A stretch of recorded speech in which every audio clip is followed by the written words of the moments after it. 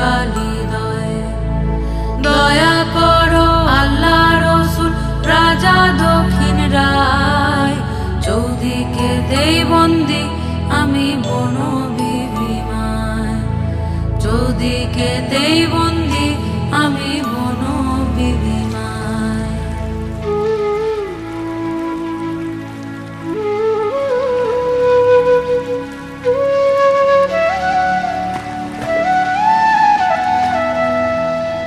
পূর্বেতে বন্দনা করি পূর্ব দিকের ভানু, আর পশ্চিমে বন্দনা করি মক্কা বালুস্থান।